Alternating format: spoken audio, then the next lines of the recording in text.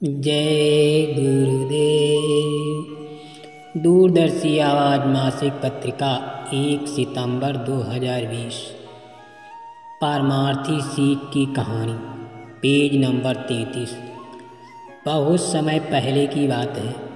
गांव के बाहर एकांत में जंगल व नदी के किनारे कुटिया बनाकर एक महात्मा रहते थे। लोग उनके दर्शन उपदेश श्रवण हेतु प्रायः आया जाया करते थे। एक दिन गांव का एक आदमी महात्मा जी के पास आया।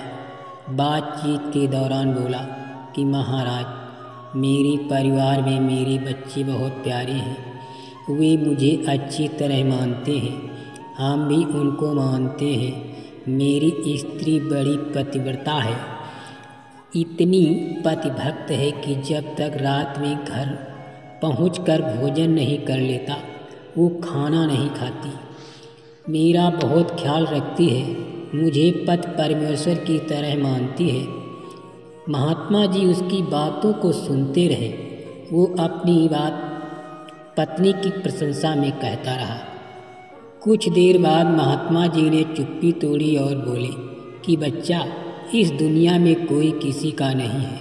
कौन किसकी स्त्री, कौन किसका पति और कौन किसका बच्चा, सब अपना अपना कर्म कर्जा अदा कर रहे हैं। बहुत समझाने बुझाने के बाद भी जब वो आदमी नहीं माना, अपनी जिद पर अड़ा रहा, तो महात्मा ने पैंतरा बदलते हुए दूसरा दांव मारा कि तुम मेरे पास लगातार 15 दिन रोज रोज आना। मैं तुमको कुछ सिखा दूंगा, युक्ति बता दूंगा। जब तुम अभ्यास करके पक्के हो जाना तब घर जाना, परीक्षा लेना, तुम्हें खुद ब खुद अपने प्रश्न का उत्तर मिल जाएगा। वो व्यक्ति प्रतिदिन समय से महात्मा के पास आने लगा। महात्मा जी ने उसे नाक मुख बंद करके वह श्वास रोकने का योगाभ्यास सिखा दिया। वो आदमी लगन के साथ रुचिपूर्वक अभ्यास करने लगा। लगातार 15 दिन अभ्यास करते करते जब अधिक देर तक श्वास रोकने का अभ्यास हो गया, महात्मा जी ने देखा कि अब 15 दिन पूरे हो गए हैं और ये परीक्षा लेने लायक हो गया है।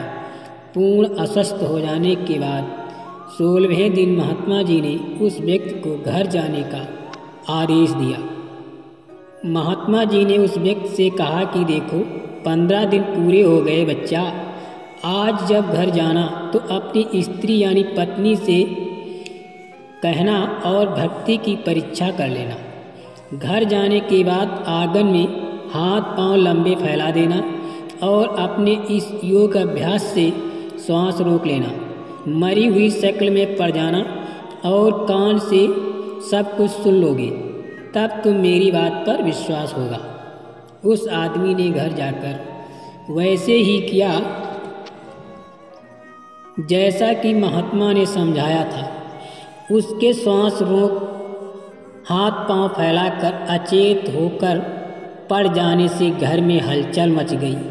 वैसे हकीम डॉक्टर बुलाए गए। सबने देखा सुना और श्वास बंद होने के कारण बोले कि इसका प्राण तो निकल चुका है, इन्हें अब ले जाओ, अंतिम संस्कार कर दो।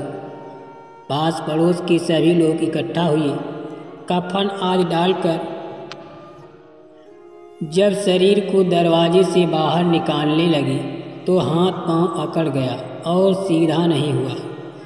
कहने का मतलब, लाश को जब दरवाजे से निकालने में कठिनाई हो गई, अच्छी खासी मुसीबत खड़ी हो गई।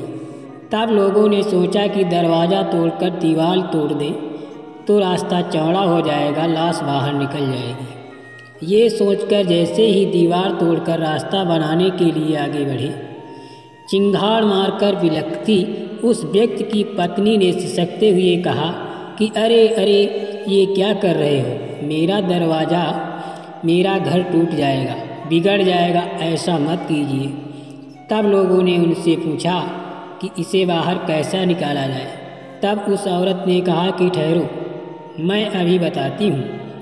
ये कहकर वो दौड़ी दौड़ी गई और घर के भीतर से चारा काटने वाला गड़सा उठा लाई और बोली कि ये लो, ये तो अब मर ही गए और इस गड़से से इनके आधे आधे हाथ पैर काट दो, फिर शरीर बाहर निकाल लो। इससे दरवाज़ा और घर बिगड़ने से बच जाएगा। जैसे ही लोगों ने गड़सा उठाया कि इसके हाथ पांव काट दें, वो सब सुन रहा था। बस एक और जोर से झटका उस व्यक्ति ने मारा और रस्सी टूट गई। वो कूदकर खड़ा और सीधे भागता भागता महात्मा जी के पास पहुंचा और बोला कि महाराज, यदि 1 सेकंड भी देर किया तो मेरे हाथ पांव काट करके गायब कर देते।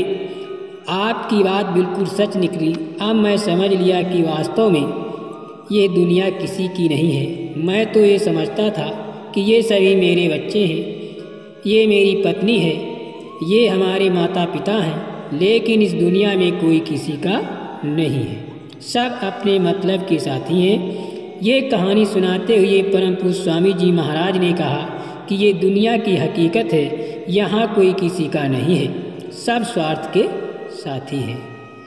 जय गुरुदेव।